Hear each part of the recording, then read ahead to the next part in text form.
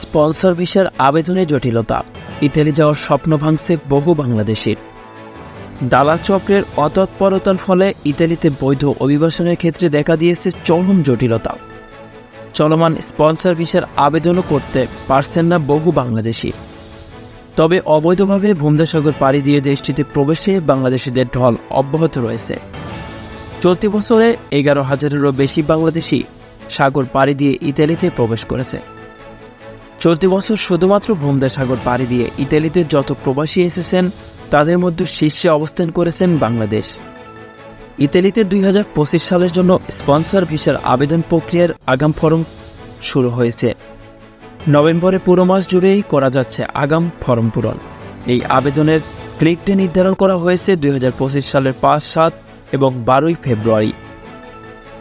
এর পরেও জীবনের ঝুঁকি নিয়ে অবৈধ পথে ভূমধ্যসাগর পাড়ি দিয়ে ইতালিতে প্রবেশ করেছেন বাংলাদেশিরা। চলতি বছরের 10 মাসেই সাগরপথে ইতালিতে এসেছেন 11,000-এরও বেশি বাংলাদেশি।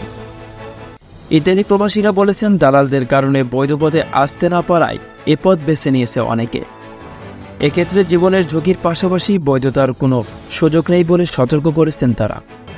সংবাদের এ পর্যন্তই।